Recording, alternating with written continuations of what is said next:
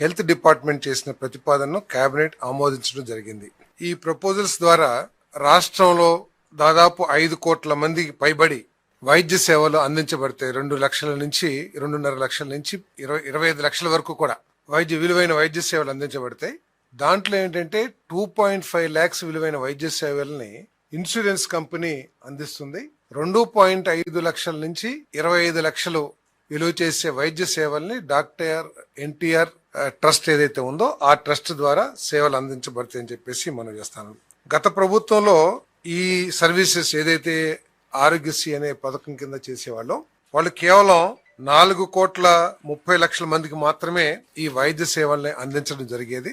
అప్పుడు నాకు తెలిసి సబ్జెక్టివ్ కరెక్షన్ కేవలం 5 లక్షలు మాత్రమే విలువైన వైద్య సేవలు అందించేవాళ్ళు అనుకుంటాను. బట్ ఇప్పుడు 25 లక్షల వైద్య సేవలు అందించడం, అది కూడా రాష్ట్రంలో ప్రతి ఒక్కరికి కూడా only EHS employment housing scheme ఎవరైతే పొందుతున్నారో వాళ్ళకి తప్ప మిగతా వాళ్ళందరికీ కూడా రాష్ట్రంలో ప్రజలందరికీ కూడా ఈ వైద్య సేవలు అందించబడతాయి మనం చేస్తాను.